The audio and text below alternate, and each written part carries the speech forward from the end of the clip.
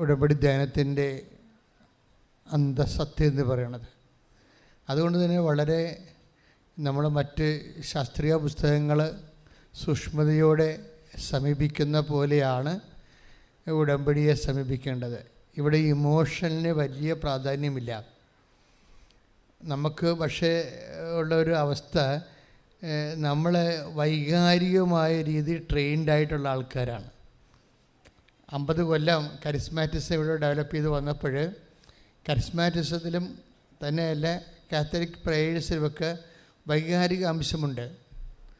കരിസ്മാറ്റിസത്തിൽ കുറച്ചുകൂടി വൈകാരികതയ്ക്ക് മുൻകൈയുണ്ട്. അങ്ങനെ ഒരു ഫോർമാറ്റിലൂടെ ട്രെയിൻ ചെയ്യപ്പെട്ട ഒരു സമൂഹത്തെ പെട്ടെന്ന് ഡിഫോർമാറ്റ് ചെയ്തിട്ട് കറക്റ്റ് ഇൻ്റലക്ച്വൽ ആയിട്ടുള്ള ഒരു സ്പിരിച്വൽ ലൈഫിലേക്ക് കൊണ്ടുവരുന്നതിന് സാവകാശം വേണം. ഉടമ്പടി ഒരു ഇൻ്റലക്ച്വൽ ഇൻവെസ്റ്റ്മെൻറ്റാണ്, ബുദ്ധിപരമായ ഒരു നിക്ഷേപമാണ്. അവിടെ വൈകാരികതയ്ക്ക് വലിയ പ്രാധാന്യമില്ല. എന്നാൽ ഈ വൈകാരിക പ്രാധാന്യമില്ലെന്ന് ചോദിച്ചു കഴിഞ്ഞാൽ ഒരു ഇമോഷൻസിന് പ്രാധാന്യമില്ല. പക്ഷേ ലവ് അതിൻ്റെ ജെന്യുവിൻ തലങ്ങളിൽ ആണ് ഇവിടെ പ്രയോഗിക്കുന്നത്. സ്നേഹമാണ് ഉപയോഗിക്കുന്നത്. ഉടമ്പടിയിലെ സ്പിരിറ്റ് ലവാണ്, ലവ് ഓഫ് ഗോഡാണ് ഇതിൻ്റെ സ്പിരിറ്റ്. പക്ഷേ അതിൻ്റെ ജെന്യുവിൻ ഫോമാണ്. എന്നുവെച്ചാൽ ആവശ്യമില്ലാത്ത, ഇപ്പോൾ നമുക്കറിയാമല്ലോ, ഒരു കേക്ക് അല്ലെങ്കിൽ ഒരു ഐസ്ക്രീം വാങ്ങിച്ചാൽ അതിൻ്റെ ക്രീമി ആയിട്ടുള്ള അവസ്ഥകൾക്ക് വലിയ വിറ്റാമിൻസ് ഒന്നുമില്ല, ഷുഗർ മാത്രമേ ഉള്ളൂ. അങ്ങനെയുള്ള ഒരു അവസ്ഥ ഉടമ്പടിക്കില്ല. ഉടമ്പടി എപ്പോഴും അതിൻ്റെ മിനറൽസിലേക്ക് പോവുകയാണ്. ഇതെങ്ങനെയാണ് ഇത് വർക്കൗട്ട് ചെയ്യണത്? നമ്മളുടെ വൈകാരികമായിട്ട് പ്രാർത്ഥിച്ചത് കൊണ്ട് ഉടമ്പടി റിസൾട്ട് ഉണ്ടാകത്തില്ല. അത് നമുക്ക് വികാരം കൊണ്ട് പ്രാർത്ഥിച്ചത് കൊണ്ട് ഉടമ്പടി റിസൾട്ടില്ല.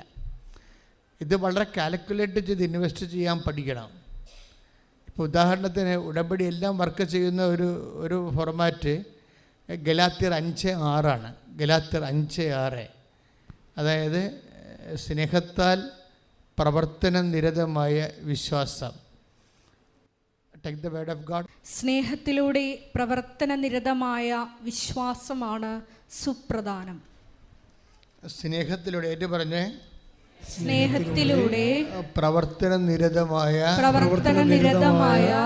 വിശ്വാസമാണ് സുപ്രധാനം. അപ്പൊ വിശ്വാസമാണ് സുപ്രധാനമെന്നല്ല പറയണത്. ഉടമ്പടിയിൽ വിശ്വാസമല്ല സുപ്രധാനം. അതാണൊരു വ്യത്യാസം. വിശ്വാസമാണ് സുപ്രധാനമെന്നാണ് നമ്മൾ പഠിച്ചിരിക്കുന്നത്. പക്ഷെ ഉടമ്പടിയിൽ വിശ്വാസമല്ല സുപ്രധാനം. പിന്നെ എന്താണ് സുപ്രധാനം? അത് ഗലാത്യർ 5:6. അതായത് സ്നേഹത്താൽ പ്രവർത്തന നിരതമായ വിശ്വാസം. ഇപ്പം വിശ്വാസമാണ്, പക്ഷേ അത് പ്രവർത്തന നിരതമായിരിക്കുന്നത് ഔട്ട് ഓഫ് ലവ് ആണ്. ആരോട്? ദൈവത്തോട്, മനുഷ്യനോട്.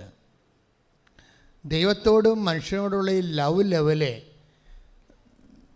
വർദ്ധിപ്പിക്കാൻ നമുക്ക് കഴിഞ്ഞാൽ ഉടമ്പടി അതിൻ്റെ റേറ്റിംഗ് വർദ്ധിക്കും. അതുകൊണ്ട് എന്താ പ്രോബ്ലം വെച്ച് കഴിഞ്ഞാൽ, ഇപ്പോൾ ഉടമ്പടി സ്നേഹത്താൽ പ്രവർത്തന നിരതമായ വിശ്വാസം. ഈ നിങ്ങളുടെ വിശ്വാസത്തിൻ്റെ അകത്ത് സ്നേഹത്താലാണ് പ്രവർത്തനം നിരതമാണെങ്കിൽ കാണുമ്പോൾ അറിയാൻ പറ്റുമത്. ഇതെല്ലാം ടാഞ്ചിബിളാണ്, കോൺക്രീറ്റായിട്ട് ടാഞ്ചിബിളാണ്. നിങ്ങളുടെ വിശ്വാസം സ്നേഹത്താലാണ് പ്രവർത്തന നിരതമെങ്കിൽ പെട്ടെന്ന് കണ്ടാൽ മനസ്സിലാകും. കാര്യം അതിൻ്റെ വേഗത കൂടിക്കൊണ്ടിരിക്കും, വേഗത കൂടും. അതിപ്പോൾ ഉദാഹരണത്തിന് ബൈബിളിലെല്ലാം പ്രത്യേകിച്ച് പുനരുത്ഥാനത്തോട് ബന്ധപ്പെട്ട വിഷയങ്ങളൊക്കെ പറയുമ്പോൾ പെട്ടെന്ന് ഈശോ വേഗതയെക്കുറിച്ച് സംസാരിക്കും. നമ്മൾ ബേസിക്കായിട്ട് ക്രിസ്ത്യൻസ് ഫെയ്ത്ത് എന്താണ്? കർത്താവിൻ്റെ പുനരുത്ഥാനത്തിന് സാക്ഷ്യം വഹിക്കുന്നതാണ്. നമ്മുടെ എല്ലാ ആക്ഷൻസും നമുക്ക് ഉണ്ടാകുന്ന ഓരോ പ്രവർത്തനങ്ങൾ നമുക്കൊരു കേവല പ്രവർത്തനമില്ല. ഇപ്പോൾ റോട്ടറി ക്ലബ്ബ് കണ്ണട കൊടുക്കുന്നുണ്ട്, ക്യാമ്പ് നടത്തുന്നുണ്ട്. ഇല്ല, ഓരോരോ മതക്കാരും ഓരോരോ പ്രസ്ഥാനക്കാരും ഓരോരോ സൽപ്രവൃത്തികൾ ചെയ്യുന്നുണ്ട്. പക്ഷേ അതിൽ തന്നെയാണ് ആ വർക്ക് കോൺസെൻട്രേറ്റ് ചെയ്തിരിക്കുന്നത്. പക്ഷെ നമ്മളുടെ വർക്ക് ആ work for the sake of വർക്കിങ്ങിൽ കോൺസെൻട്രേറ്റ് ചെയ്യുന്നില്ല. അത് ക്രിസ്തുവിൻ്റെ പുനരുദ്ധാനത്തിൻ്റെ സാക്ഷ്യമായിട്ടാണ് നമുക്ക് വർക്ക് വരുന്നത്. പറഞ്ഞ മനസ്സിലായില്ലേ? ക്രിസ്തുവിൻ്റെ പുനരുദ്ധാനത്തിൻ്റെ സാക്ഷ്യമായിട്ടാണ് വരുന്നത്. ഇപ്പം നിങ്ങളൊരു വർക്ക് ചെയ്യുമ്പോൾ രോഗികളെ പോയി കാണുന്നു, ഉടമ്പടിയിൽ അങ്ങനെ കുറേ വർക്കില്ലേ? ഉടമ്പടി മുഴുവനും വർക്കാണല്ലോ. നിങ്ങളൊരു വർക്ക് ചെയ്യുമ്പോൾ നിങ്ങളോട് തന്നെ ചോദിക്കേണ്ട ഒരു ചോദ്യമുണ്ട്. എന്താണ്? ഞാനിത് ചെയ്യുന്നത് ഉടമ്പടിയുടെ പ്രീകൺസ്റ്റിറ്റ്യൂട്ട് സാറ്റിസ്ഫാക്ഷൻ ആണോ, അതിൻ്റെ ഒരു ആവശ്യം നിറവേറ്റുകയാണോ, അതോ എൻ്റെ കർത്താവ് ഉയർത്തെഴുന്നേറ്റു എന്നുള്ളതിന് ഞാൻ സാക്ഷ്യം വഹിക്കുകയാണോ? ഇത് തമ്മിൽ തിരിച്ച് എൻ്റെ കർത്താവ് ഉയർത്തെഴുന്നേറ്റു എന്നുള്ളതിന് ഞാൻ സാക്ഷ്യം വഹിക്കുകയാണോ, അതോ ഉടമ്പടി ആലപ്പുഴപ്പ് എടുത്തത് കാരണം അതിൻ്റെ ബേസിക്കായിട്ട് ഞാൻ കുറച്ച് കാര്യങ്ങൾ ചെയ്ത് തീർക്കുകയാണോ എന്ന് ഈ ചോദ്യത്തിന് നിങ്ങൾ മറുപടി പറയേണ്ടി വരും. അപ്പോൾ എൻ്റെ കർത്താവ് ഉയർത്തെഴുന്നേറ്റു എന്നുള്ളതിന് ഞാൻ സാക്ഷ്യം വഹിക്കുകയാണ് എന്നാണ് കറക്റ്റ് ഉത്തരം. പക്ഷേ അതിൻ്റെ പ്രോബ്ലം എന്ന് പറയുന്നത്, അങ്ങനെ സാക്ഷ്യം വഹിക്കുന്നവരെ കണ്ടാൽ അറിയാൻ പറ്റും. നിങ്ങളിങ്ങനെ പറഞ്ഞ് പ്രഖ്യാപിച്ചിട്ട് കാര്യമില്ല. ഞാൻ എൻ്റെ കർത്താവിനെ സാക്ഷ്യം വഹിക്കാൻ വേണ്ടിയാണ് രോഗികളെ പോയി കാണുന്നത്, പരസ്യമൊക്കെ ഈ പ്രവർത്തനങ്ങൾ ചെയ്യണതെന്ന് പറയാം നമുക്ക്. പക്ഷേ അത് മിക്കവാറും അക്കൗണ്ടബിൾ ആകത്തില്ല. അക്കൗണ്ടബിൾ ആണെങ്കിൽ അതിൻ്റെ ഒരു സ്പീഡുണ്ട്. പറഞ്ഞ മനസ്സിലായി? പുനരുദ്ധാനവും സ്പീഡും തമ്മിലാണ് ബന്ധപ്പെട്ടിരിക്കുന്നത്. ഇത് ഭയങ്കര സീരിയസ് വിഷയമാണ്. പുനരുദ്ധാനത്തിനാണ് നീ സാക്ഷ്യം വഹിക്കണമെങ്കിൽ അതിൻ്റെ പ്രിസ്ക്രൈബ്ഡ് സ്പീഡുണ്ട്. കാരണം പുനരുദ്ധാനം എല്ലാം സ്പീഡാണ് നടക്കുന്നത്. ഇപ്പം നമുക്ക് ഉദാഹരണത്തിന് സാക്ഷ്യമാണ്, പുനരുദ്ധാനത്തിൻ്റെ സാക്ഷ്യം അപ്പോസ്തലന്മാർ സ്പീഡിലാണ് ചെയ്യണത്. അല്ലാതെ ആക്കാനും വേണ്ടി ഒക്കാനിക്കണ പോലെ ഒക്കുമ്പോൾ ഒക്കട്ടെ എന്നും പറഞ്ഞ് മഴയും മാറി വെയിലും വരട്ടെ, വെയിൽ മാറി മഞ്ഞ് വരട്ടെ, മഞ്ഞ് പോകുമ്പോൾ ശരീരം നാടൊന്ന് ചൂടാകട്ടെ, ഇങ്ങനെ ഓരോരോ വകുപ്പ് പറഞ്ഞിട്ട് അറച്ചറച്ച് നിൽക്കുന്ന ആൾക്കാരില്ലേ? You are not actually witnessing the resurrection of Jesus. അത് you must know by no means. എന്ന് വെച്ച് കഴിഞ്ഞാൽ നിങ്ങളെ അറച്ചറച്ചാണ് ഓരോ ചെയ്യണത്. ഇന്ന് വെയിലല്ലേ, ഇപ്പോൾ ചിലക്കര കുളിക്കാൻ പോയി നിൽക്കത്തില്ലേ, അപ്പോൾ വെള്ളത്തെ തൊട്ട് നോക്കി അതിന് കൈ കുടഞ്ഞ് ചൂടാണ് തണുപ്പാണെന്ന് നോക്കിയിട്ട് അങ്ങനെ നോക്കി അറച്ചറച്ച് നിങ്ങൾ ജോലി ചെയ്യുന്നുണ്ടെങ്കിൽ you are not witnessing Jesus. അതായത് ഈ മത്തായി ശ്ലീഹ 28:7 take the word of God. സ്തുതിക്കട്ടെ. Hallelujah hallelujah hallelujah hallelujah.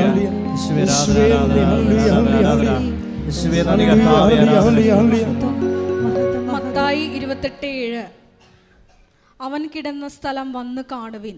വേഗം പോയി അവൻ്റെ ശിഷ്യന്മാരോട് അവൻ മരിച്ചവരുടെ ഇടയിൽ നിന്ന് ഉയർപ്പിക്കപ്പെട്ടെന്നും നിങ്ങൾക്ക് മുമ്പേ ഗലീലയിലേക്ക് പോകുന്നെന്നും അവിടെ വെച്ച് നിങ്ങൾ അവനെ കാണുമെന്നും പറയുവിൻ. അപ്പോൾ എന്താ ആ വചനം ഒന്ന് വായിച്ചേ? മത്തായി ശ്ലീഹ 28:7 ഒന്ന് വായിച്ചേ. അവൻ കിടന്ന സ്ഥലം വന്നു കാണുവിൻ. ഒന്നേറ്റ് പറഞ്ഞ അവൻ വന്ന സ്ഥലം വന്ന് കാണുവിൻ. വേഗം പോയി അവന്റെ ശിഷ്യന്മാരോട് അവൻ മരിച്ചവരുടെ ഇടയിൽ നിന്ന്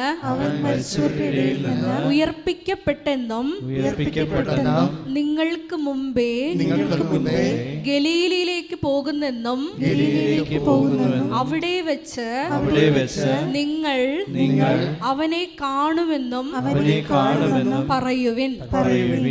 അപ്പോൾ എന്താ പ്രശ്നം വെച്ച് കഴിഞ്ഞാൽ യേശു സ്പീഡിലാണ് പോണത്. കാര്യം നിങ്ങൾക്ക് മുമ്പേ പോകുന്നില്ല പറഞ്ഞിരിക്കുന്നത്. അപ്പോൾ യേശു ഒരു സ്പീഡ് കീപ്പ് ചെയ്യുന്നുണ്ട്, നിങ്ങൾക്ക് മുമ്പേ പോകും. പക്ഷേ അതിനോട് കോമ്പറ്റീറ്റീവായിട്ടൊരു സ്പീഡ് നമ്മൾ കീപ്പ് ചെയ്യുന്നതാണ് പറയണത്. പുനരുദ്ധാനത്തിൻ്റെ സ്പീഡ് അതാണ്.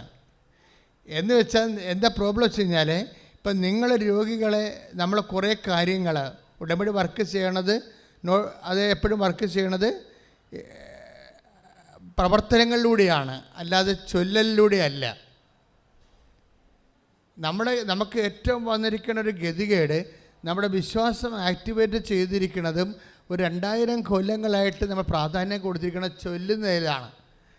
ചൊല്ലുന്നതിലാണ്. ഇതിൻ്റെ ഔട്ട്പുട്ട് കുറയാനുള്ള കാരണം അതാണ്. അതായത് ഇതിനൊരു മിനിമം സ്പീഡുണ്ട്, അതുപോലെ തന്നെ അതിൻ്റെ ഒരു കറസ്പോണ്ടിങ് ആക്ഷനുണ്ട്. Minimum speed and corresponding action ഇതെല്ലാം പുനരുദ്ധാനത്തിനെ ബേസ് ചെയ്ത് വരുന്നതാണ്. മിനിമം സ്പീഡ്, യേശു ഒരു സ്പീഡ് കീപ്പ് ചെയ്യുന്നുണ്ട്, കാര്യം നമുക്ക് മുമ്പെയാണ് പോണത്. പക്ഷേ അതിൻ്റെ ഒപ്പം അതുകൊണ്ട് തന്നെയാണ് നമ്മൾ വേഗം ചെല്ലാൻ പറയണത്. അപ്പോൾ നമ്മളെ സംബന്ധിച്ചിടത്തോളം എന്താ അച്ഛൻ ഉദ്ദേശിക്കുന്നത് വെച്ച് കഴിഞ്ഞാൽ, ഇപ്പം നിങ്ങൾ രോഗികളെ ശുശ്രൂഷിക്കാവുന്ന കണ്ടു. ഇപ്പോൾ ചില ചേച്ചിമാരുണ്ടല്ലോ, ഇപ്പോൾ ഒരു ചേച്ചിയുടെ സാക്ഷ്യം കഴിഞ്ഞ ദിവസം ഉണ്ടായിരുന്നു. അവർക്ക് അവരുടെ ഭർത്താവ് മരിച്ചുപോയി. അപ്പോൾ ഒരു മകള് പഠിച്ചുകൊണ്ടിരിക്കുകയാണ്. അപ്പോൾ അവർക്ക് എന്താ സംഭവിച്ചത്, അവർക്ക് വരുമാനമില്ല. അങ്ങനെ ഉടമ്പടി എടുത്തപ്പോൾ അവർക്കൊരു വരുമാനം കിട്ടി. എന്താ വരുമാനം കിട്ടിയെന്ന് വെച്ചാൽ, ഒരു ഫ്ലാറ്റിൽ അത് ക്ലീൻ ചെയ്യാനുള്ള, ഒരു മുറി ക്ലീൻ ചെയ്യാനുള്ള വരുമാനം കിട്ടി. പക്ഷേ എന്നാ ചെയ്തിരിക്കണവർ, അവരിപ്പോൾ 11 ഫ്ലാറ്റാണ് വർക്ക് ചെയ്യണത്. 2 മണിക്കൂർ 1 മണിക്കൂർ വെച്ച് 11 ഫ്ലാറ്റ്, രാവിലെ മുതൽ 6 തൊട്ട് വൈകുന്നേരം 6 മണി വരെ 11 ഫ്ലാറ്റ് ക്ലീൻ ചെയ്യും. 11 ഫ്ലാറ്റ് മുറികൾ ക്ലീൻ ചെയ്യുമ്പോൾ 1 മണിക്കൂറിന് ഇത്ര രൂപയെന്നുണ്ട്. അത് വെച്ച് കഴിഞ്ഞാൽ എൻ്റെ അർത്ഥം അവിടെ കടങ്ങളെല്ലാം പരിഹരിച്ചു. ദാറ്റ് മീൻസ് അവർക്കുള്ള ലിമിറ്റഡ് ടൈം കൊണ്ടാണ് അവർ സ്പീഡപ്പ് ചെയ്തിട്ട് 11 ഫ്ലാറ്റിലെ 12 മണിക്കൂർ കൊണ്ട് ഓടി മാറ്റുകയും അല്ലേ. Price the Lord, hallelujah. അപ്പോൾ ഈ സ്പീഡാണ് നമ്മൾ ഭൗതിക ജീവിതത്തിൽ കാണിക്കണ ഇതേ സ്പീഡ് തന്നെ പുനരുദ്ധാനത്തിലേക്ക് വരണം. ക്രിസ്തുവിന് തോന്നണം നമ്മൾ ഈശോയുടെ പുനരുദ്ധാനത്തിൻ്റെ സാക്ഷികളാണെന്ന്. വേറെ ഒരു പ്രശ്നമില്ല. വെദർ നിങ്ങൾ ക്രിസ്ത്യനാണോ, CSI ആണോ, മർത്തോമയാണോ, നോൺ ക്രിസ്ത്യൻ ആണോ, ഇതൊന്നും ക്രിസ്തുവിന് പ്രശ്നമല്ല. ക്രിസ്തുവിന് അറിയേണ്ടത് നിങ്ങൾ പുനരുദ്ധാനത്തിന് സാക്ഷ്യം വഹിക്കുന്നുണ്ടോ എന്നാണ്. അതാണ് വിഷയം. പുനരുദ്ധാനത്തിന് സാക്ഷ്യം വഹിക്കുന്നുണ്ടോ ജീവിതം കൊണ്ട്? അങ്ങനെയാണെങ്കിൽ യു വിൽ ഗെറ്റ് ആ സ്പീഡ് ഉണ്ടാവും. അല്ലെങ്കിൽ 5 പത്രം ഇന്ന് കൊടുത്ത്, ഞാൻ എന്തുകൊണ്ടാണ് ഈ കൃപാസനം പത്രം ഇത്രയേറെ കത്തി ലോകം മുഴുവൻ പടർന്നത് എന്തുകൊണ്ടാണ്? ഇന്നലെയൊക്കെ പോയിരിക്കണ 80,000 പത്രമാണ്. നിങ്ങളൊന്ന് ചോദിക്കുക, എവിടെയല്ലേ കേരളത്തിൽ എവിടെ പോയി നോക്കിയാൽ ഒരാൾ പത്രം കൊണ്ട് നിൽക്കണ കാണാം.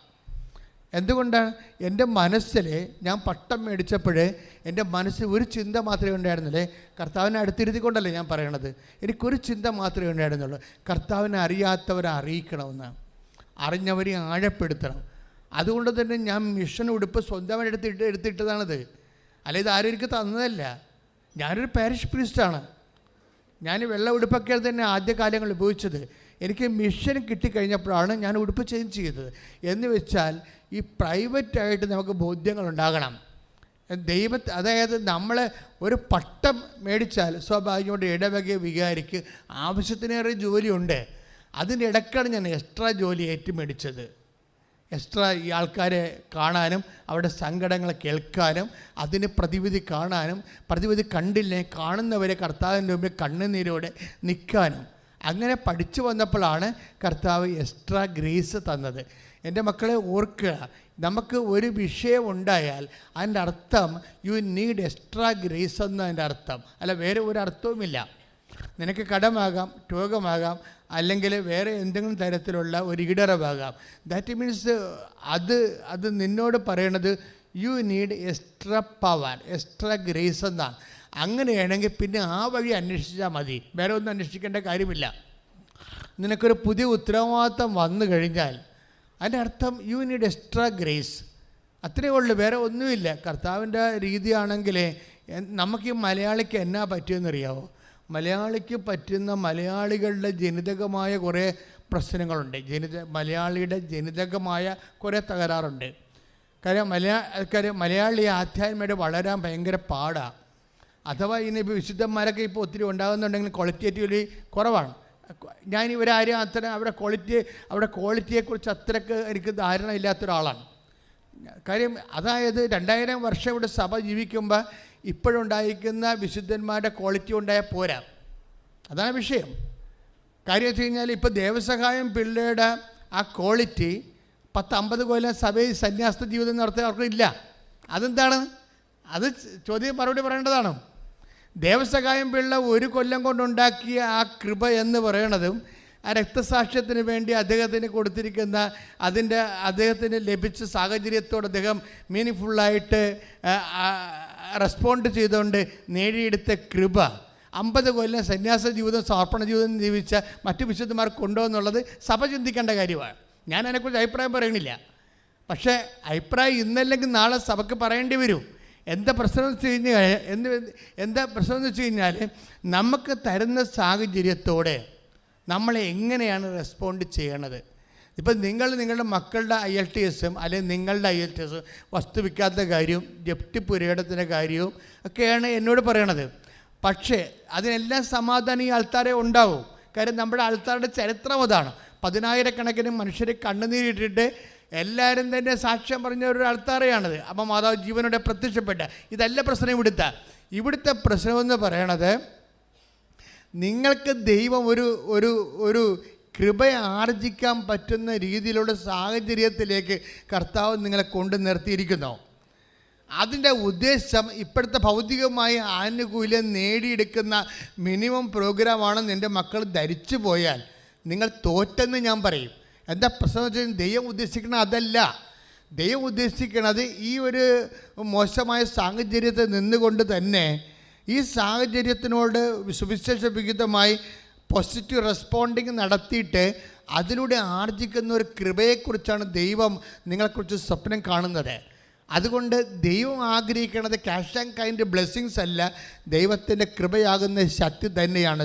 ശ്രദ്ധിക്കട്ടെ. ഹല്ലേലൂയ. പ്രതിസന്ധി ഘട്ടങ്ങൾ വരുമ്പോൾ അത് നിന്റെ കൃപ വന്നു നിറയാനുള്ള സാഹചര്യമാണെന്ന് തിരിച്ചറിയാനുള്ള കൃപ നിങ്ങളുടെ മക്കൾക്ക് പ്രദാനം ചെയ്യണമേ. ഹല്ലേലൂയ, ഹല്ലേലൂയ, ആരാധന, ഹല്ലേലൂയ. പരമദിവ്യകാരുണ്യത്തിന് നമ്മൾ സംസാരിച്ചുകൊണ്ടിരിക്കുന്ന വിഷയം പുനരുദ്ധാനത്തിൻ്റെ സാക്ഷ്യത്തിൻ്റെ മോഡാണ്. പുനരുദ്ധാനത്തിനാണ് നിങ്ങൾ സാക്ഷ്യം നൽകുന്നതെങ്കിൽ ഉടമ്പടിയിലൂടെ നിങ്ങൾ ഏറ്റെടുത്തിരിക്കുന്ന ഓരോ ദൗത്യത്തിനും അത് പുനരുദ്ധാനത്തിൻ്റെ സാക്ഷ്യത്തിൻ്റെ ആണ് അതിൻ്റെ ആത്യന്തികമായ ലക്ഷ്യമെങ്കിൽ it must keep a minimum speed. അതിനൊരു സ്പീഡ് കീപ്പ് ചെയ്യണം. മനസ്സിലായില്ലേ? എന്താ കാര്യം വെച്ച് കഴിഞ്ഞാൽ ഇപ്പം മരിയ സ്പിരിച്വാലിറ്റി ആയാലും ഇപ്പം അമ്മയായാലും നമുക്കറിയാം ഒരു സ്പീഡ് കീപ്പ് ചെയ്യുന്നുണ്ട്. അമ്മയായാലും കാര്യം ഇതിനൊരു അതറിയണമെങ്കിലേ ഇപ്പം ലുക്കാൻ്റെ സുവിശേഷമില്ലേ 1:39 എടുത്ത് ശ്രുതികട്ടെ. ഹല്ലേലൂയ,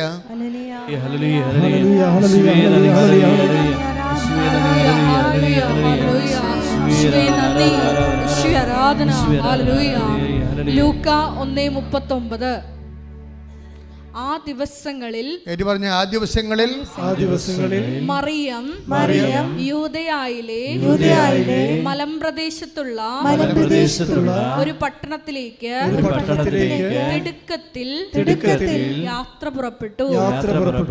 യാത്ര പുറപ്പെട്ടെന്ന് അറിയാം. മതി, ആ സെന്റൻസ് ഓക്കെയാണ്.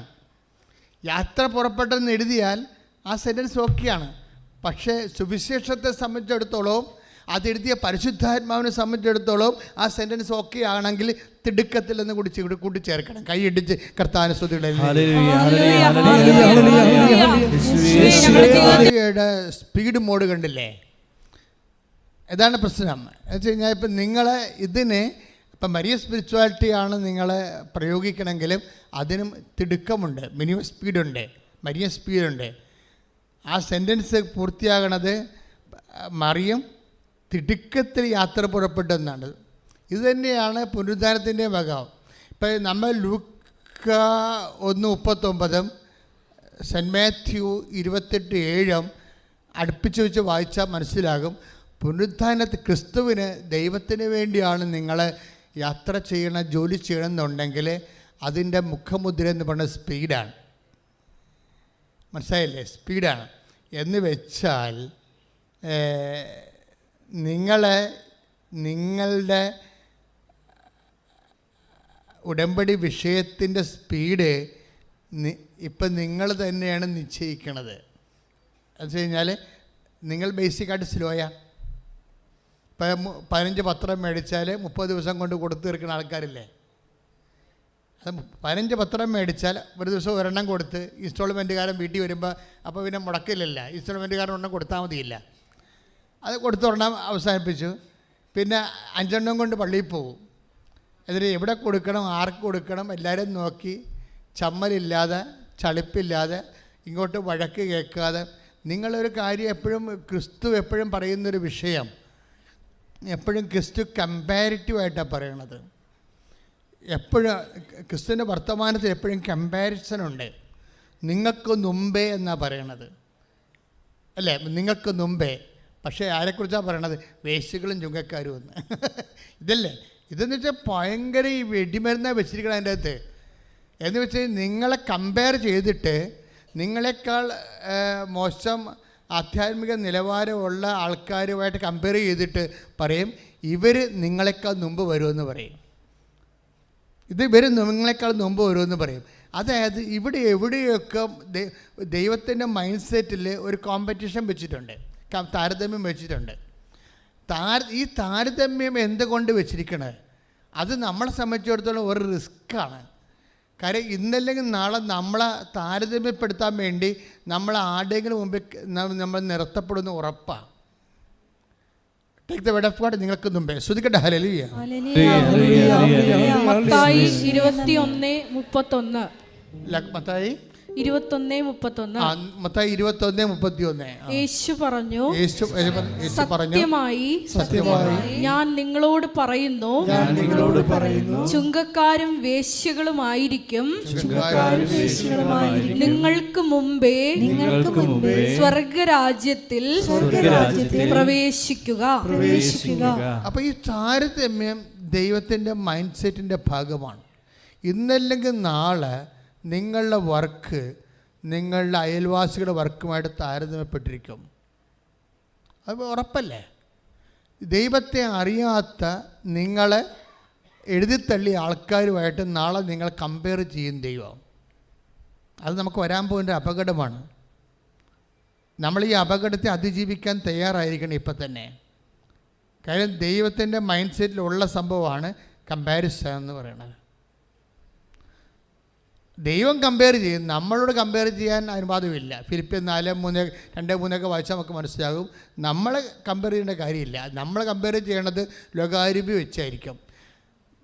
ദൈവം കമ്പയർ ചെയ്യണത് ദൈവാരൂപി വെച്ചാണ്. അതാണ് കമ്പാരിസൻ്റെ വ്യത്യാസം. അതാണ് ഫിലിപ്പിയർ 2:3 വായിച്ച് ശ്രുതികട്ടെ ഹല്ലേലൂയ. മാത്സര്യമോ വ്യർത്ഥാഭിമാനമോ മൂലം നിങ്ങൾ ഒന്നും ചെയ്യരുത്, മറിച്ച് ഓരോരുത്തരും താഴ്മയോടെ മറ്റുള്ളവരെ തങ്ങളെക്കാൾ ശ്രേഷ്ഠരായി കരുതണം. അടുത്തത്, ഓരോരുത്തരും സ്വന്തം താല്പര്യം മാത്രം നോക്കിയാൽ പോരാ, മറിച്ച് മറ്റുള്ളവരുടെ താല്പര്യവും പരിഗണിക്കണം. പരസ്പരം കമ്പയർ ചെയ്യുന്നവർ വിഡ്ഢികളാണെന്നുണ്ട്. 2 Korinthos 10:12 ആത്മപ്രശംസ നടത്തുന്നവരുടെ ഗണത്തിൽപ്പെടാനോ, പറഞ്ഞ ആത്മപ്രശംസ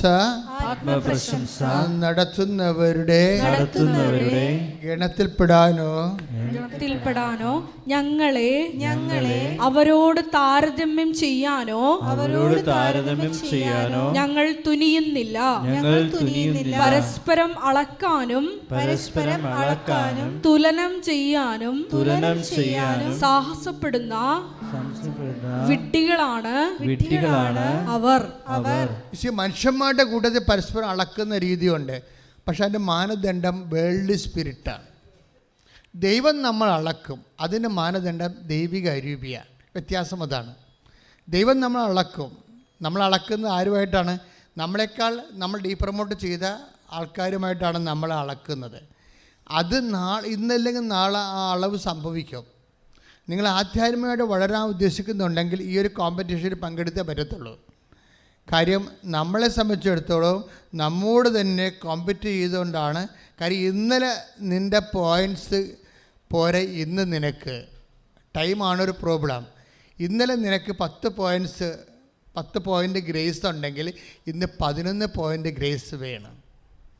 അല്ലെങ്കിൽ വളർന്നില്ലെങ്കിൽ വിശുദ്ധ ജീവിതത്തിൽ ഉണ്ടാകുന്ന പ്രശ്നം വളരാതെ നിന്നാൽ തളർച്ചയുണ്ടാകും. വളർന്നില്ലെങ്കിൽ പിന്നെ തളർച്ച ഉണ്ടാകത്തുള്ളൂ. അതാണ് എൻ്റെ കൗണ്ടിങ്. അതാണ് അപ്പം അതുകൊണ്ട് ഒന്ന് പ്രാർത്ഥിക്കുക, കർത്താവ് ദൈവമേ, കർത്താവായ ദൈവമേ, ഓരോ ദിവസവും നൽകപ്പെടുന്ന സാഹചര്യങ്ങളോട് കർത്താവിന്റെ പുനരുദ്ധാനത്തിൽ അടിസ്ഥാനപ്പെടുത്തിക്കൊണ്ട് അടിസ്ഥാനപ്പെടുത്തിക്കൊണ്ട് മുന്നേറുവാൻ സാക്ഷ്യം വഹിച്ച് മുന്നേറുവാൻ കൃപയാർജിക്കുവാൻ ഞങ്ങളെ അഭിഷേകം ചെയ്യണമേ.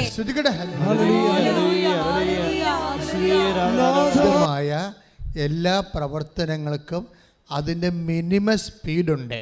ക്ലിയർ അല്ലേ? ഇല്ലേ? രോഗികളെ ഇപ്പം നിങ്ങൾ വിചാരിക്കും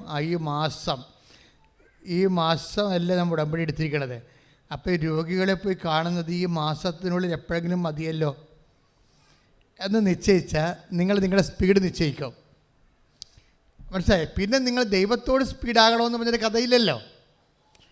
ഉടമ്പടി സ്പീഡിൻ്റെ പ്രാർത്ഥനയാണ്. ഉടമ്പടിയുടെ സ്പീഡെന്ന് പറയണത് നമുക്ക് സത്യം പറഞ്ഞാലേ, ഞാൻ നിങ്ങളോട് പറയുമ്പോൾ നിങ്ങൾ എന്തുമാത്രം ആൾക്കാർ വിശ്വസിച്ചിട്ടുണ്ടെന്ന് എനിക്കറിയത്തില്ല. ഈ ലൈറ്റ് ആൻഡ് പെയർ റിക്വസ്റ്റ് തുടങ്ങിയില്ലേ 2015 ഉടമ്പടിക്ക് മുമ്പേ അഗ്നി നക്ഷത്രം ഉദിച്ച പോലെ ഉദിച്ച സാധനമാണ് ലൈറ്റ് ആൻഡ് പെയർ റിക്വസ്റ്റ്. അന്ന് അമ്മ എന്നോട് പറഞ്ഞത്, ലൈറ്റ് ആൻഡ് പെയർ റിക്വസ്റ്റ് ഇന്ത്യയിൽ ലോകത്തിൽ എവിടെ ഇരുന്ന് വേണ്ടും, ഏത് അന്റാർട്ടിക്കയിൽ ഇരുന്നും കൃപാസനത്തെ പ്രത്യക്ഷപ്പെട്ട മാതാവിൻ്റെ മുമ്പിൽ നിങ്ങൾക്ക് തീർത്തെളിക്കാൻ പറ്റും. അങ്ങനെ ഒരു ഫോർമുല എനിക്ക് അതിൻ്റെ അകത്ത് അത്ഭുതം സംഭവിച്ചെന്ന് പറയണത്, കമ്പ്യൂട്ടറിനെക്കുറിച്ച് അത്രയ്ക്ക് ജ്ഞാനമില്ലാത്ത എനിക്കാണ് ആ ലിങ്ക് കിട്ടിയത്. ആരും എനിക്ക് തന്നതല്ല. ഞാനിങ്ങനെ ചുമ്മാ കമ്പ്യൂട്ടർ നോക്കിയിരുന്ന സമയത്ത് ഓരോ സാധനം ഇങ്ങനെ ചെക്ക് നോക്കുന്ന സമയത്ത് പെട്ടെന്ന് ഈ ലിങ്ക് കിട്ടിയ ഉടനെ പരിശുദ്ധാത്മാവ് എനിക്കൊരു പെട്ടെന്ന് എന്നെ ഫയർ ചെയ്ത് എന്നുവെച്ചാൽ പറഞ്ഞ്, ഈ ലിങ്ക് വെച്ചുകൊണ്ട് വേണമെങ്കിൽ മാതാവിൻ്റെ മുമ്പിൽ തിരികെത്തിക്കാൻ പറ്റും. അപ്പോൾ വേറെ ഒരു ലിങ്കായിരിക്കും കിട്ടിയത്. ഞാൻ കമ്പ്യൂട്ടർ എഞ്ചിനീയറിനെ ഉടനെ എമർജൻസിയായി വിളിച്ചിട്ട് പറഞ്ഞു, ഈ ലിങ്ക് നിങ്ങൾ ഉപയോഗിച്ചുകൊണ്ട് ഇതൊരു വെബ്സൈറ്റ് ഡിസൈൻ ചെയ്തിട്ട് ലോകത്ത് എവിടെ ഇരുന്നും മാതാവിൻ്റെ മുമ്പിൽ അവിടെ സങ്കടം പറഞ്ഞ്, എല്ലാവർക്കും ആലപ്പുഴ വരാനും കൃപാസനത്തിൽ വരാൻ പറ്റത്തില്ല. ഒന്നാമത്തേലും മലയാളികൾ പകുതി മുക്കാൽ ഇപ്പോൾ പുറത്താണ്. അവരുടെ പള്ളിയുമില്ല, പട്ടക്കാരും ഇല്ലാത്ത ജീവിത സ്ഥലത്ത് ജീവിക്കുന്ന ആൾക്കാരുണ്ട്. ഫിൻലാൻഡിൽ വരെ മലയാളിയുണ്ട്, അവിടെ പള്ളിയില്ല.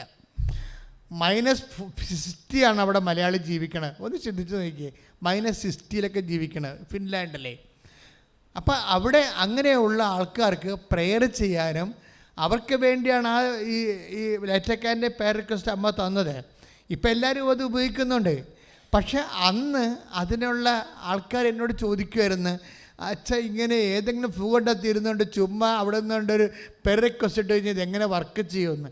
അന്ന് അമ്മ എന്നോട് പറഞ്ഞത്, നിങ്ങളുടെ ആധ്യാത്മിക ആസ്തി എന്നാണത് അതിലേക്ക് ഷെയർ പോണത്. എന്ന് വെച്ചാൽ 1986 മുതലുള്ള പ്രവർത്തനങ്ങളുണ്ട്. അതെല്ലാം കഠിന പ്രവർത്തനങ്ങളാണ്, അല്ലാതെ കൊച്ചു പ്രവർത്തനങ്ങളൊന്നുമല്ല. കടലിൽ കൺവെൻഷൻ നടത്താൻ ആർക്ക് പറ്റുമെന്ന് ചിന്തിച്ച് ഇപ്പോഴത്തെ എനിക്ക് ചിന്തിച്ചൊരു, ഞാൻ ഈ കഴിഞ്ഞ മാസം കടലിൽ പോയായിരുന്നു വള്ളത്തിൽ. അപ്പോൾ എന്താ കടലിൽ കൺവെൻഷൻ നടത്തുക എന്ന് പറയുന്നത്, അത് 10 കൊല്ലം നടത്തി. ഈ വള്ളക്കാരെയും ബോട്ടുകാരെയൊക്കെ കടലിൽ പിടിച്ച് കൂട്ടിയിട്ട് അവിടെ നമ്മൾ ഓരോ കൊച്ചു വള്ളത്തെ പോയി അവിടെ കടലിലെ വള്ളങ്ങളെല്ലാം വെഞ്ചരിച്ച് വലിയ വള്ളത്തെ നമ്മൾ ഏണിയിട്ട് കയറി, അല്ലെങ്കിൽ അവിടെ നിന്ന് ടയർ കെട്ടിത്തരുന്നെങ്കിൽ ടയറെ പിടിച്ച് കയറി. അന്ന് ചെറുപ്പകാലമായിരുന്ന കാരണം അതൊക്കെ എനിക്ക് ചെയ്യണതിന് ഒരു കുഴപ്പമില്ല. പക്ഷേ ഇന്ന് ഓർക്കുമ്പോൾ ചെയ്യാൻ പറ്റത്തില്ല. കാര്യം അല്പം തെറ്റിയാൽ നമ്മൾ കടലിൽ വീണാൽ അത് അത് ഒന്നാമത്തെ ഈ കടലിലെ തിരകൾ ഡിസംബർ മാസം അത് ചെയ്യണത് 1 മീറ്റർ എപ്പോഴും ഇങ്ങനെ പൊങ്ങിയും തന്നുകൊണ്ടിരിക്കും. അപ്പം നമ്മളിങ്ങനെ കയറുന്ന അനുസരിച്ചിട്ട് ചിലപ്പോൾ ഈ ടയറിൻ്റെ എണ്ണം കൂട്ടി വരേണ്ടി വരും. നല്ല കാറ്റുമായിരിക്കും. എന്നാലും ഈ കാറ്റും കടലിലും കയറി അവിടെ നിന്ന് അവിടെയുള്ള ആൾക്കാരെ കുമ്പസാരിപ്പിക്കും. അതിൻ്റെ അകത്ത് അന്ന് എന്താ വെച്ചാൽ എൻ്റെ തലയിൽ മുഴുവൻ അടിച്ച് കയറിയിരുന്ന സംഭവം, ഒരു മനുഷ്യൻ പോലും എല്ലാവരും വിശുദ്ധി ജീവിക്കണം. അപ്പോൾ അതിനു വേണ്ടി കർത്താവിന് വേണ്ടി ചെയ്ത ജോലിയാണ്. പക്ഷെ അതിനൊക്കെ നല്ല മാർക്ക് കിട്ടി എനിക്ക്. അല്ലെങ്കിൽ പിന്നെ ഇവിടെ നിങ്ങൾ ഇപ്പോഴും ഇരിക്കത്തില്ലല്ലോ. ഇവിടെ കേരളത്തിലെ നവീകരണ ഫീൽഡ് എല്ലാം തളർന്നില്ലേ? എനിക്കറിയാൻ പാടില്ലേ? ഇപ്പോഴും ഇവിടെ എന്തുകൊണ്ടാണ് ഇത്രയും ആറ്റിനടിക്ക് നഷ്ടപ്പെട്ടതുപോലെ നിരന്തര സാക്ഷ്യം പറയാൻ കാര്യം ആസ്തിഭദ്രതയാണ്. നല്ല കാലത്ത് കർത്താവിന് വേണ്ടി ആത്മാർത്ഥമായിട്ട് പ്രവർത്തിച്ചു. ഞാൻ അതാണ് നിങ്ങൾക്ക് തന്നിരിക്കണത്. അതുകൊണ്ട് നിങ്ങളും അച്ഛനെപ്പോലെ തന്നെയാണ് പ്രവർത്തിക്കേണ്ടത്. അല്ലാതെ ഉടമ്പടി എടുത്ത എന്നെ ആക്കാനും വേണ്ടി വെക്കാനും ചേക്കാൻ വിചാരിച്ചുകൊണ്ട് എന്തെങ്കിലുമൊക്കെ ഒപ്പിച്ചുണ്ടാക്കരുത്. അതാണ്, ദാറ്റ് ഈസ് മൈ പോയിൻറ്റ്. ഞാനിത് പറയുന്നതിൻ്റെ കാര്യം ഞാൻ വലിയ ആനക്കാര്യം പണ്ട് ചെയ്തതെന്ന് പറയാനല്ല. നിങ്ങളിപ്പോൾ ചെയ്യുന്ന കാര്യം വേഗത ഉണ്ടാകണം. വേഗത വെറുതെ ഉണ്ടാവത്തില്ല. അതെന്ത് ചെയ്യണം? വേഗത വേണമെന്നുണ്ടെങ്കിൽ ദൈവസ്നേഹം വേണം. അതാണ് ഞാൻ ആദ്യം പറഞ്ഞത്. സ്നേഹത്താൽ പ്രവർത്തന നിരതമായ ഗലാത്യർ 5:6 ടേക്ക് ഇതൊക്കെ ഇവിടെ ഒന്നൊരു വായിച്ചോ. അത് ശ്രദ്ധിക്കട്ടെ. ഇത് മറന്നു പോകരുത്. ഗലാത്യ 5:6 ഇത് എൻ്റെ സ്നേഹത്തിലൂടെ പറഞ്ഞ സ്നേഹത്തിലൂടെ പ്രവർത്തന നിരതമായ വിശ്വാസമാണ് സുപ്രധാനം. അപ്പോൾ നിങ്ങൾ ഓരോ വർക്ക് ചെയ്യുമ്പോഴേ അതിന് സ്പീഡ് ഉണ്ടാകണമെന്നതിൻ്റെ കാര്യം. സ്പീഡ് കുറയുന്നുണ്ടെങ്കിൽ അതിനർത്ഥം സ്നേഹം കുറയുന്നുണ്ടെന്നാണ്. മനസ്സിലായില്ലേ? നിങ്ങൾ ഉടമ്പടി പ്രകാരമുള്ള വർക്ക്, ഇപ്പോൾ രോഗികളെ കാണുക, അല്ല തറവാട്ടിൽ പോയി. ഏറ്റവും ഞാൻ കണ്ടിട്ടുള്ളത്, ഞാൻ ഈ ഇടവക വികാരി ആയത് കാരണം കുടുംബങ്ങളിലാണല്ലോ ജീവിക്കണേ. ഇടവക വികാരിമാരെ എവിടെ ജീവിക്കണേ? മേടയിലൊന്നും അല്ല ജീവിക്കണത്. ഒരു മരിപ്പുണ്ടായാൽ തന്നെ ആ വീട്ടിൽ 3 പ്രാവശ്യം പോകും. എന്തെങ്കിലും ഇഷ്യൂ ഉണ്ടായാൽ ആ സ്നേഹ സമൂഹത്തിൽ പോയി അവിടെ താമസിക്കും. അത് പറഞ്ഞു തീർക്കണവരെ അവിടെ താമസിക്കും. ഇങ്ങനെ 10-30 കൊല്ലം ഇടവക ജീവിച്ചപ്പോൾ ഇടവകയുടെ എല്ലാ അലകും പിടിയൊക്കെ അറിയാം. അതുകൊണ്ട് തന്നെ അവിടെയെല്ലാം പ്രവർത്തിക്കുമ്പോൾ നമുക്ക് വരേണ്ട ഒരു വിഷയമെന്ന് പറയണത്, നമ്മൾ ചെയ്യുന്നത് എന്ത് ചെയ്യുന്നുവെന്നല്ല പ്രശ്നം, നിങ്ങളുടെ പ്രവർത്തനങ്ങൾക്ക് വേഗതയില്ല. ഇപ്പോൾ തറവാട്ടിലൊക്കെ നമ്മൾ ഈ വീട് വെച്ചിരിക്കാൻ ചെല്ലുമ്പോഴൊക്കെ അവിടെയുള്ള നല്ല അപ്പന്മാരെയൊക്കെ അവർ കൊണ്ട് ചാർത്തിലാണ് പല വീട്ടിലും കിടത്തിയിരിക്കണത്. അവരൊന്നും മിണ്ടത്തില്ല. മിണ്ടിയിട്ട് കാര്യമില്ല. മിണ്ടിക്കഴിഞ്ഞാൽ പിന്നെ ഉള്ള പോലും വെച്ചതുപോലും കിട്ടത്തില്ല. അതുകൊണ്ട് മിണ്ടാതെ ഇങ്ങനെ കുറേ പ്രേതം കണക്ക് മനുഷ്യർ ചാർത്തുകളൊക്കെ. പണ്ട് ഇവർ അപ്പനാണെന്നാണ് പറയണത്. ഇവർ അപ്പനെന്ന് ഇപ്പോൾ വിളിക്കുന്നതാണെന്ന് അറിയത്തില്ല. പണ്ട് ഇവർ അപ്പൻ്റെ റോളിൽ വർക്ക് ചെയ്യുന്ന ആൾക്കാരാണ്. അപ്പോൾ ഇപ്പോൾ അവർക്ക് പൈസയുമില്ല, ആരോഗ്യമില്ല, ചുമയും കുരയും തൂറും മുള്ളുമൊക്കെ ആയിക്കഴിഞ്ഞപ്പോൾ ഇവരെ ഒതുക്കി സൈഡ് ചെയ്തിരിക്കുകയാണ്. കാരണം അവരാരും പ്രധാന മുറികളിലോ ഒന്നും ഇല്ല എവിടെയെങ്കിലും. അവർക്ക് ചാർത്തിലോ വാരത്തിലൊക്കെയാണ്. അപ്പം ഞാൻ ഒടുക്കത്തെ തന്നെ കൊടുക്കുന്ന ചാർത്തിലും വാരത്തിലുമാണ്. അവരപ്പനാണ് അവൻ്റെ. എന്നാൽ ചില വീടുകളിലൊക്കെ ചെല്ലുമ്പോൾ അപ്പന്മാർ എത്ര മോശമായാലും പ്രധാന മുറി തന്നെ വൃത്തിയായിട്ട് ഉടുപ്പിച്ച് കിടത്തിക്കണം ഞാൻ കണ്ടിട്ടുണ്ട്. എല്ലാവരും അങ്ങനെയാണെന്ന് ഞാൻ പറയണില്ല. പക്ഷേ എന്താ പ്രോബ്ലം എന്ന് വെച്ച് കഴിഞ്ഞാൽ, എൻ്റെ മക്കൾ ശ്രദ്ധിക്കണം. നിങ്ങൾ ഉടമ്പടി കാലത്ത് ദൈവത്തിന് ഒരു നാഷണൽ ഹൈവേ ഉണ്ടാക്കേണ്ടി വരും. ഈ പഞ്ചായത്ത് റോഡാണ് പല ആൾക്കാരും, അതിനകത്ത് മുഴുവൻ കുണ്ടും കുഴിയുമായിട്ട് കിടക്കുക. ദൈവത്തിന് വരാനുള്ളത് പല ആൾക്കാരും പഞ്ചായത്ത് റോഡിൽ കൂടിയാണ് വരണത്. എന്താ കാര്യം വെച്ച് കഴിഞ്ഞാൽ അതിനകത്ത് കുണ്ടും കുഴിയുമാണ് മുഴുവനും. ഒടിഞ്ഞും മടങ്ങിയും മിക്കവാറും വണ്ടി പകുതി പഴക്കമാകും അതിലൂടെ പോയി കഴിയുമ്പോൾ. ദൈവം വരത്തില്ല. അതായത് ദൈവത്തിനൊരു ദേശീയപാത ഒരുക്കണം ഉടമ്പടിയോട് കൂടി. നിങ്ങളുടെ എല്ലാ നിലപാടുകൾ, സമീപനങ്ങൾ, അപ്പനോടും അമ്മയോടും രോഗികളോടുമുള്ള നിലപാടുകൾ. ഇപ്പം നിങ്ങൾക്കൊരു കാര്യമല്ല, എനിക്ക് അച്ഛനായപ്പോൾ ഏറ്റവും വലിയ വെല്ലുവിളി ഉണ്ടായിരുന്നത് രോഗികൾക്ക് കുർബാന കൊടുക്കാനാണ്. കാര്യം വെച്ചാൽ ഞാൻ രോഗികൾക്ക് കുർബാന കൊടുത്ത് ഞാൻ ഛർദ്ദിച്ചിട്ടുണ്ട്. പക്ഷേ ഞാൻ നിവർത്തി കാര്യം എനിക്ക് പെട്ടെന്ന് ഈ കഫമില്ലേ, കഫം തിളക്കണ രോഗികളുണ്ടല്ലോ, 5-6 കൊല്ലമൊക്കെ കിടപ്പ് രോഗികളില്ലേ. അപ്പോൾ അവിടെ കഫം ഇങ്ങനെ ഇരുന്ന് തിളക്കും, പഴയ കഫമാകും. അപ്പോൾ അവരുടെ വായിലല്ലേ കുർബാന കൊടുക്കേണ്ടത്. അപ്പോൾ അവരിങ്ങനെ കഫം ശ്വാസം എടുക്കുമ്പോൾ ഈ പഴയ പൊകിട് കഫത്തിൻ്റെ മണം വന്ന് നമ്മുടെ മൂക്കിലടിക്കുമ്പോൾ നമ്മളിങ്ങനെ ഓക്കാനം വരികയും. അപ്പോൾ പക്ഷേ നമുക്കൊന്നും ചെയ്യാൻ പറ്റത്തില്ല. അത് പൗരോഹിത്യത്തിൻ്റെ ഷെയറാണത്. അത് ക്രിസ്തുവാണെന്ന് പറയാൻ ക്രിസ്തുവിനറിയാം. ഇത് മിക്കവാറും ജനങ്ങൾ ഓർഫണാക്കപ്പെടാൻ സാധ്യതയുണ്ട്. അറിയാവുന്ന കൊണ്ട് അപ്പനായാലും അമ്മയായാലും രോഗിയായി കഴിഞ്ഞാൽ അവോയ്ഡ് ചെയ്യാനുള്ള സാധ്യതയുണ്ടെന്ന് അറിയാവുന്ന കാരണം ആരും അവോയ്ഡ് ചെയ്യണത് കർത്താവിന് ഇഷ്ടമില്ല. അതുകൊണ്ട് ഈശോ എന്താ പറഞ്ഞത്? ഞാൻ രോഗിയാണെന്ന് പറഞ്ഞു പഠിപ്പിച്ചു. അതാണ് സംഭവം. ഞാൻ രോഗിയായിരുന്നു. Take the word of God. ശ്രദ്ധിക്കട്ടെ. Hallelujah, hallelujah, hallelujah, hallelujah.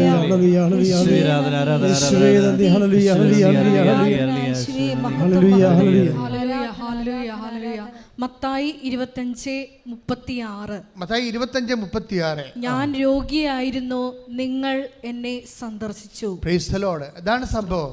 അതായത് അപ്പനായാലും അമ്മയായാലും രോഗിയായി കഴിഞ്ഞാൽ അവോയ്ഡ് ചെയ്യുമെന്ന് ഈശോയ്ക്കറിയാം. അതുകൊണ്ട് അപ്പനല്ല, ആരായാലും ഒരു രോഗിയും അപരിചിതനായ രോഗിയായ പോലും അവോയ്ഡ് ചെയ്യപ്പെടരുത്. ഇത് ഈശോയുടെ ദിവ്യത്വത്തിൻ്റെ ഒരു തിളക്കമാണിത്. നമ്മൾ ഈശോയുടെ ദിവ്യത്വത്തിലേക്ക്, ലോകത്ത് കുറേ ദൈവങ്ങളുടെ പേരിൽ കുറേ വേഷങ്ങളില്ലേ, അതൊക്കെ നോക്കുമ്പോൾ ഈശോയിലേക്ക് വരുമ്പോൾ നമ്മൾ ഞെട്ടിപ്പോണതാണ്. ദൈവികമായ ആന്തരികതയാണ്, ദൈവിക ആന്തരികതയാണ്. എന്ന് വെച്ച് കഴിഞ്ഞാൽ അപരിചിതനായ രോഗിയായ പോലും സംരക്ഷിക്കപ്പെടുമെന്നുള്ളത് ദൈവത്തിന്. ഞാൻ രോഗിയായിരുന്നു എന്ന് കണ്ടാൽ അപരിചിതനായ രോഗി ഗവൺമെൻറ് ആശുപത്രിയിൽ താമസിക്കുന്ന ആളായാലും ശരി, ഈശോ എന്താ പറയണത്? അത് ഞാനായിട്ടാണ് നീ കാണേണ്ടത്. അപ്പോൾ എന്നാ പറ്റും? നിനക്ക് എന്നോടുള്ള സ്നേഹമായിരിക്കണം ആ രോഗിയെ ചികിത്സിക്കാനുള്ള സ്പീഡ് നിശ്ചയിക്കേണ്ടത്. മനസ്സിലായി? സ്പീഡാണ് വിഷയം. നമ്മളുടെ പല കാര്യങ്ങളും താമസിക്കാൻ കാരണം നമ്മൾ ഉടമ്പടി പ്രവർത്തനങ്ങളിൽ സ്പീഡില്ലാത്ത കൊണ്ടാണ്. ഉടമ്പടി പ്രവർത്തനങ്ങളിൽ നമ്മൾ നാളത്തേക്ക് മാറ്റിവെക്കും. ഓരോ കാര്യവും അത് നാളെ ചെയ്യാം, അടുത്ത ആഴ്ച ചെയ്യാം, എപ്പോഴും ചെയ്താൽ മതിയല്ല, ഈ മാസം ചെയ്താൽ മതിയല്ലോ എന്ന് വരുമ്പോൾ എന്താ പ്രശ്നം വെച്ച് കഴിഞ്ഞാൽ, അങ്ങനെ ഒരു ഫോർമാറ്റാണ് നിനക്കുള്ളെങ്കിൽ അത് ശരിക്കും പറഞ്ഞാൽ മാനുഷികമായ ഒരു രീതിയിലാണ് നിങ്ങൾ യേശുവിനെ കാണുന്നത്. അപ്പോസ്തലന്മാർ ഒരു കാലത്ത് മാനുഷികമായ രീതിയിലാണ് യേശുവിനെ കണ്ടത്. പിന്നീട് തെറ്റ് മനസ്സിലായപ്പോൾ പൗലോസ് പറയും, ഞങ്ങളിനി ഒരിക്കലും മാനുഷികമായ രീതിയിൽ യേശുവിനെ വീക്ഷിക്കുന്നില്ല. ഒരിക്കൽ ശ്രദ്ധിക്കട്ടെ. അതായത് എന്താ പറയണത്? നമ്മൾ ഒരു സ്വാഭാവികമായ ആദ്യ ഘട്ടത്തിൽ ആൾക്കാരെ വീക്ഷിക്കുന്നത് മാനുഷികമായ കാഴ്ചപ്പാടിലാണ്. രോഗികളെ രോഗികളായിട്ടും ഓരോരോ നിൻ്റെ ജാതി അല്ലാത്തവരെ മറ്റു ജാതിക്കാരെ ആ ജാതിക്കാരായിട്ടും ഈ രീതി മാനുഷികമായിട്ടാണ് ജനങ്ങളെ കാണുന്നത്. പക്ഷെ ക്രിസ്തുവിനെ നീ സ്വീകരിച്ചാൽ പിന്നെ മാനുഷിക വീക്ഷണം അസ്തമിക്കണം. മനസ്സിലായില്ലേ? വായിച്ചോളൂ. അതിനാൽ ഇപ്പോൾ മുതൽ ഞങ്ങൾ ആരെയും മാനുഷികമായ കാഴ്ചപ്പാടിൽ വീക്ഷിക്കുന്നില്ല. അതിനാൽ ഇപ്പോൾ മുതൽ ഞങ്ങൾ ആരെയും മാനുഷികമായ കാഴ്ചപ്പാടിൽ വീക്ഷിക്കുന്നില്ല. ഒരിക്കൽ ഞങ്ങൾ മാനുഷികമായ കാഴ്ചപ്പാടിൽ ക്രിസ്തുവിനെ വീക്ഷിച്ചിരുന്നെങ്കിലും ഇനി ഒരിക്കലും അങ്ങനെ ചെയ്യുകയില്ല. അതായത് ക്രിസ്തുവിനെ പോലും മാനുഷികമായ കാഴ്ചപ്പാടിൽ ഒരു കാലത്ത് സാവൂള് അയാൾ പൗലോസാകും മുമ്പുള്ള കാര്യമാണ് പറയണത്, അങ്ങനെ വീക്ഷിച്ചിരുന്ന് അതിനുള്ള സാധ്യതയുണ്ട്. ഈ വീക്ഷണം പരികർമ്മം ചെയ്തിട്ടുണ്ടോ എന്ന് നോക്കണം, പരിവർത്തനം ചെയ്തിട്ടുണ്ടോ. നിങ്ങൾ ഒത്തിരിയേറെ പേര് ജോലി കർത്താവിന് വേണ്ടി ചെയ്യുന്നു, പക്ഷേ കാഴ്ചപ്പാട് നോക്കണം, കാഴ്ചപ്പാട് മാറിയിട്ടുണ്ടോ എന്ന് നോക്കണം. ക്രിസ്തുവിനെ ദൈവികമായ കാഴ്ചപ്പാടിൽ വീക്ഷിച്ചാൽ മാത്രമേ കർത്താവിൻ്റെ വചനങ്ങളെ ദൈവവചനമായിട്ട് മനസ്സിലാകത്തുള്ളൂ, അല്ലെങ്കിൽ കർത്താവിൻ്റെ വചനത്തെ മാനുഷിക വചനമായിട്ട് മനസ്സിലാകത്തുള്ളൂ. മനസ്സിലായില്ലേ? ഇവിടുത്തെ യുക്തിവാദികൾ എന്താ ചെയ്യണത്? കർത്താവിൻ്റെ വചനത്തെ മാനുഷിക വചനമായിട്ടാണ് കാണുന്നത്. ഈശോയെ ദൈവമായിട്ട് കാണാത്ത എല്ലാ ആൾക്കാരും ദൈവവചനത്തെ മനുഷ്യൻ്റെ വചനമായിട്ടാണ് കാണുന്നത്. അപ്പോൾ എന്താ പ്രശ്നം വെച്ചാൽ വചനത്തെ മനുഷ്യൻ്റെ വചനമായിട്ട് കണ്ടാലുള്ള കുഴപ്പം വെച്ചാൽ ആ വചനത്തിൻ്റെ റിട്ടേൺസേ ഉണ്ടാകത്തുള്ളൂ.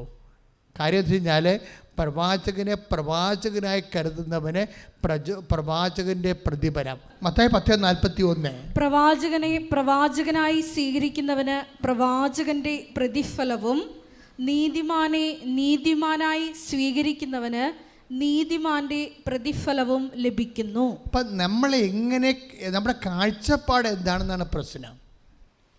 ഉടമ്പടി എടുത്താലും കാഴ്ചപ്പാട് മാറുന്നില്ലെങ്കിൽ അനുഭവങ്ങൾ തളരാൻ സാധ്യതയുണ്ട്. മനസ്സിലായില്ലേ?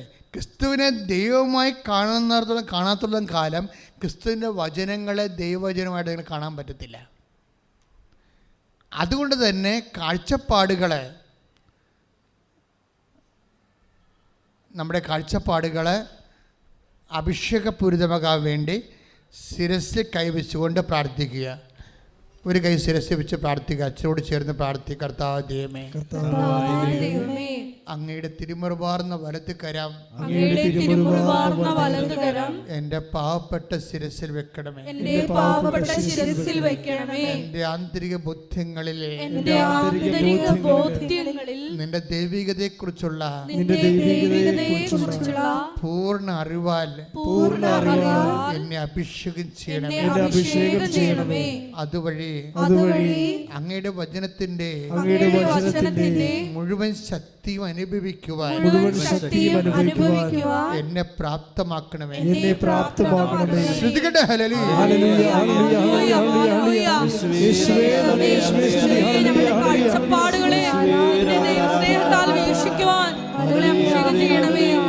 സ്നേഹത്തെ വളർച്ചയില്ലെങ്കിൽ അതിൻ്റെ അർത്ഥം എന്താണ്? തളർച്ച എന്നാണ്. നമ്മുടെ വേഗത നിശ്ചയിക്കുന്നത്, ഉടമ്പടിയുടെ വേഗത നിശ്ചയിക്കുന്നത് ശരിക്കും പറഞ്ഞാൽ ദൈവസ്നേഹമാണ്. ആ ദൈവസ്നേഹം വർദ്ധിക്കുന്ന അനുസരിച്ച് നിങ്ങളുടെ ആക്ടിവേഷൻ ശക്തിപ്പെടും. നിങ്ങൾ സുവിശേഷത്തിന് സാക്ഷ്യം വഹിക്കുന്നത് ശക്തിപ്പെടും. അതിൽ സന്തോഷമുണ്ടാകും. അപ്പോൾ എന്താ വെച്ചാൽ സന്തോഷമെന്നുള്ളത് സ്നേഹം പോലെ തന്നെ ഒരു സംഭവമാണ്. അത് സന്തോഷമെന്ന് പറയണത്, അത് സന്തോഷത്തോടെയാണ് ബാക്കിയെല്ലാം. ഇപ്പോൾ ഉദാഹരണത്തിന് നിങ്ങൾക്ക് എന്തെങ്കിലും നഷ്ടപ്പെടുമെന്നുണ്ടെങ്കിൽ അത് സന്തോഷത്തോടെ നഷ്ടപ്പെടുത്തുമ്പോഴാണ് യഥാർത്ഥ ദൈവസ്നേഹം ഉണ്ടെന്ന് നമുക്ക് പറയാൻ പറ്റണത്. നിങ്ങൾക്ക് അയ്യോ ഇനി ഉറങ്ങണ സമയമാണല്ലേ, 10 മിനിറ്റ് കിടന്ന് ഉറങ്ങിയേക്കാം.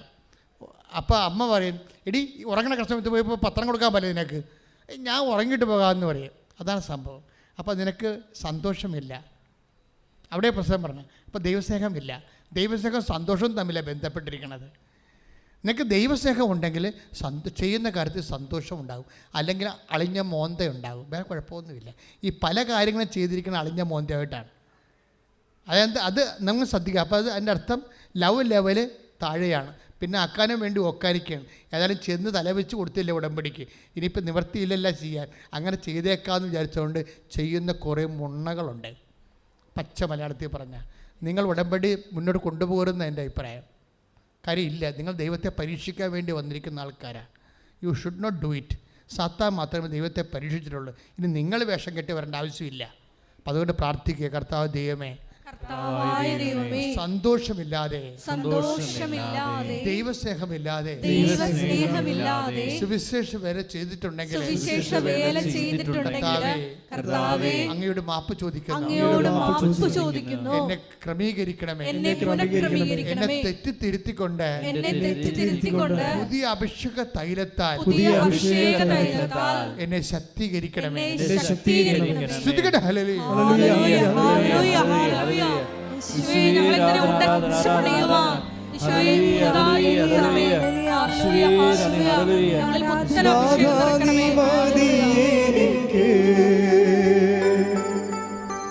നിൻ കൃപ മതി എനിക്ക്, നാഥാ നീ മതി എനിക്ക്, നിൻ കൃപ മതി എനിക്ക്. ഈ മരുയാത്രയതിൽ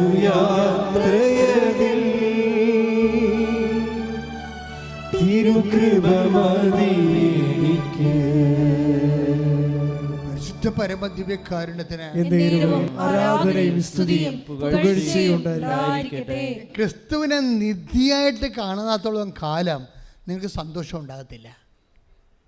നിങ്ങൾക്ക് നേടിയ മറ്റു സമ്പത്തിനേക്കാളും വലിയ സമ്പത്താണ് ക്രിസ്തുവെന്നുള്ള ആന്തരികമായ ബോധ്യം വരാത്തോളം കാലം നിങ്ങൾക്ക് സന്തോഷം ഉണ്ടാകത്തില്ല.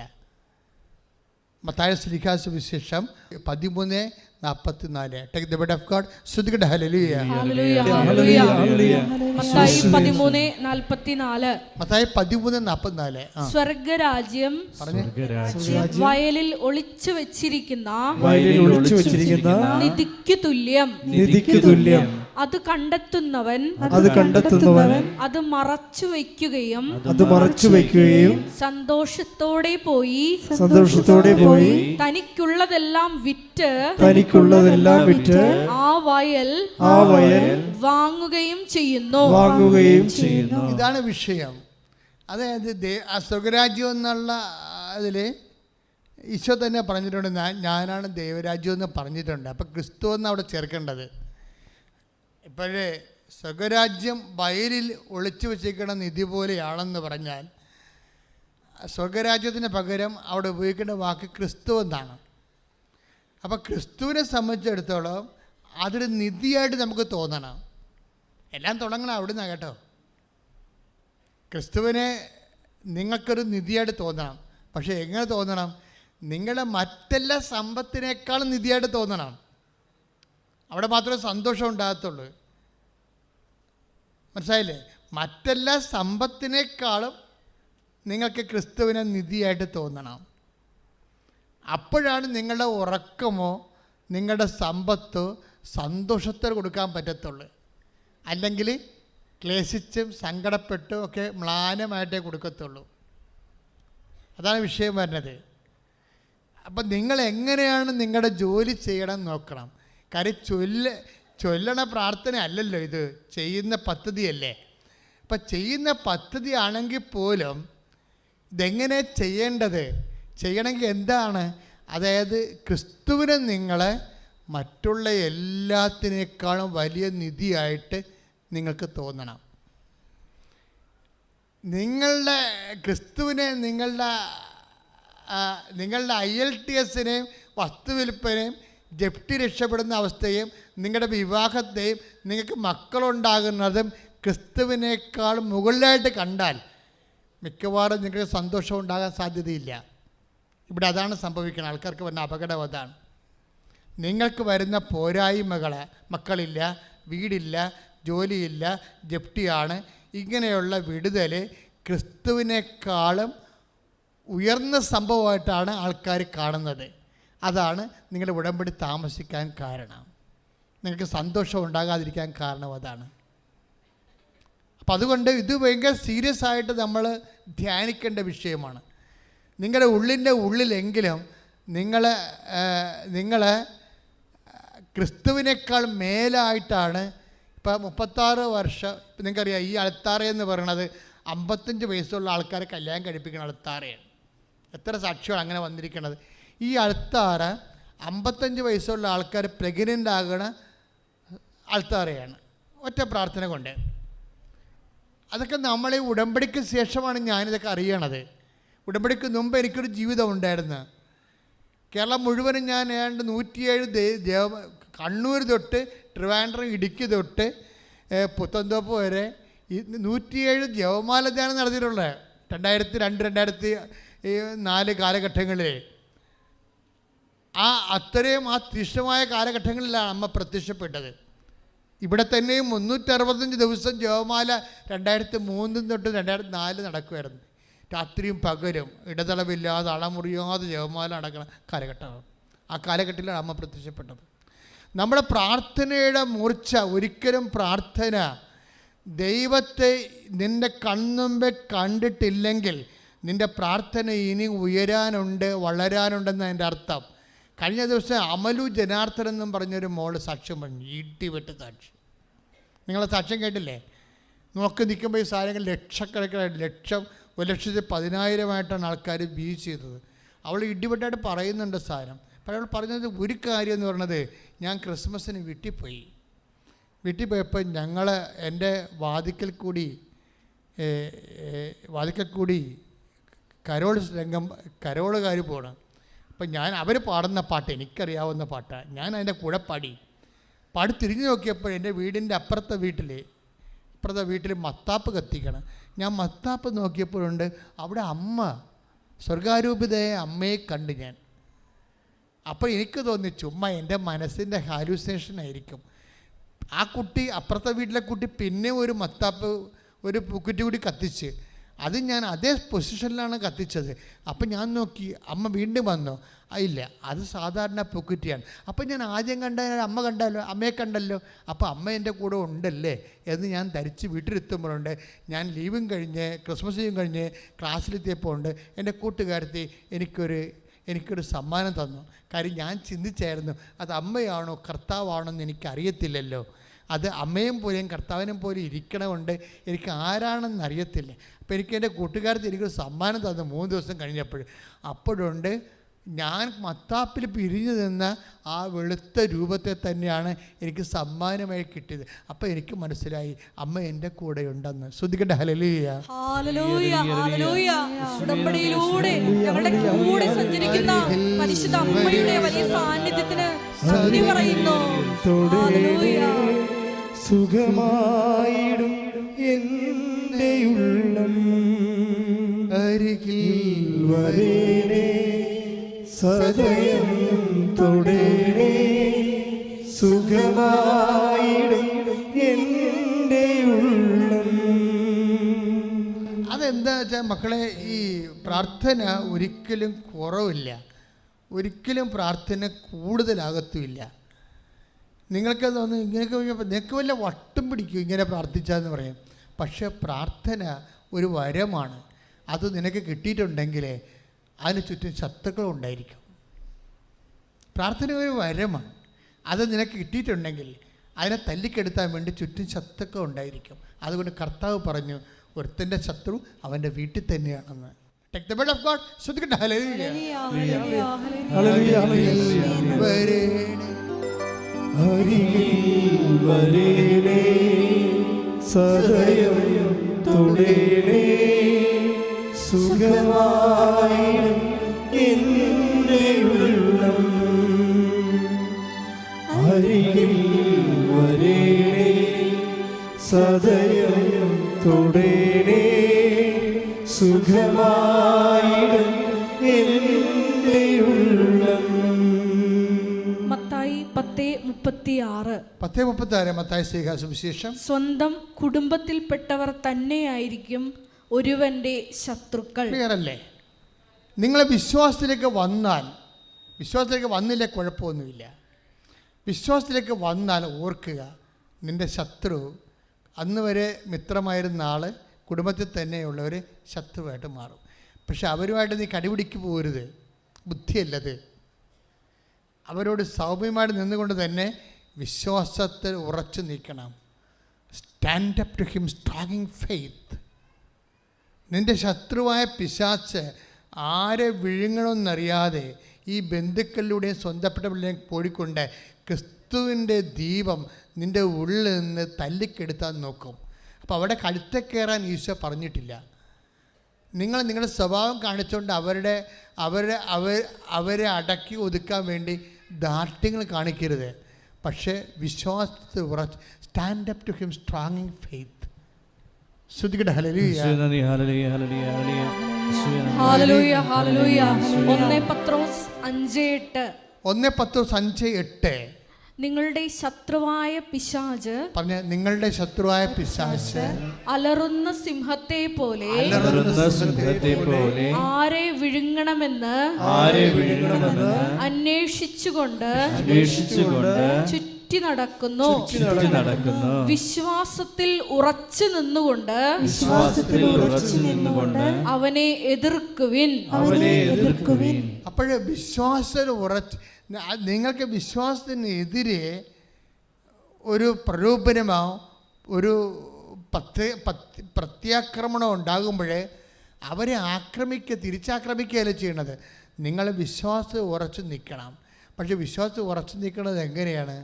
വിശ്വാസത്തിൽ ഉറച്ചു നിൽക്കുന്നത് വിശ്വാസത്തിന് തക്ക സ്നേഹനിർഭരമായ പ്രവൃത്തികൾ ചെയ്തുകൊണ്ടാണ്. മനസ്സിലായില്ലേ? അപ്പോസ്തലന്മാർ പോലും ഞെരുക്കത്തിൻ്റെ സമയത്ത് സഭയ്ക്ക് നൽകിയ ഉപദേശം എന്താണ്? വിശ്വാസത്തിൽ ഉറച്ചു നിൽക്കണമെന്നും അനേകം കഷ്ടപ്പാടുകളിലൂടെ ദൈവരാജ്യത്തെ പ്രവേശിക്കണമെന്ന് ഉത്ബോധിപ്പിച്ചുകൊണ്ട് അവർ ചുറ്റി സഞ്ചരിച്ചു. Take the word of God. ശ്രുതികട്ടെ ഹല്ലേലൂയ.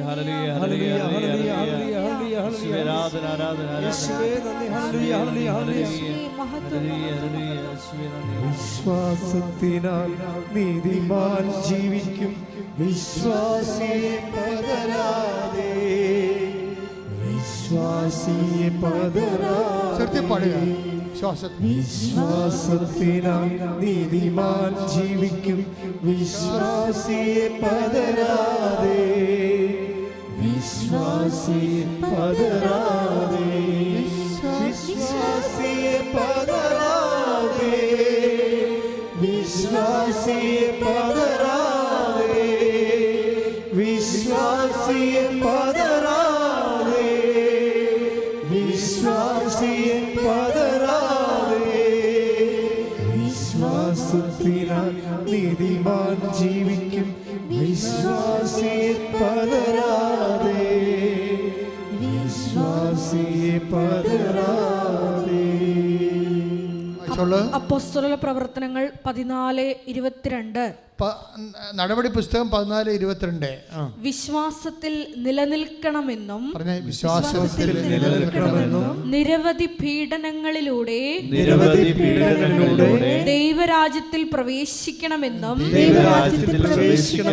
ഉപദേശിച്ചുകൊണ്ട് ശിഷ്യരുടെ മനസ്സിനെ അവർ ശക്തിപ്പെടുത്തി.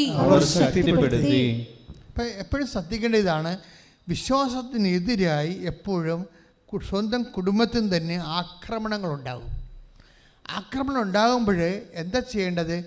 നമ്മൾ അവരെ പ്രത്യാക്രമണം ചെയ്യരുത്, പക്ഷെ നമ്മൾ നമ്മുടെ വിശ്വാസത്തിൽ ഉറച്ചു നിൽക്കണം. ചില സമയത്ത് കഷ്ടപ്പാടുകളുണ്ടാകും, ഞെരുക്കങ്ങളുണ്ടാകും.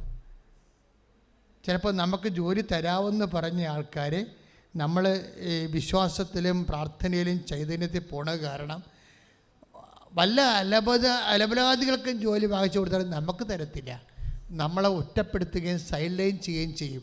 അപ്പോൾ ഓർക്കുക, ദൈവം നിന്നെ ഒറ്റപ്പെടുത്തിയില്ലെങ്കിൽ ഒരു മനുഷ്യൻ നിന്നെ ഒറ്റപ്പെടുത്താൻ പറ്റത്തില്ല. കൈയിട്ടിച്ച് കർത്താവ്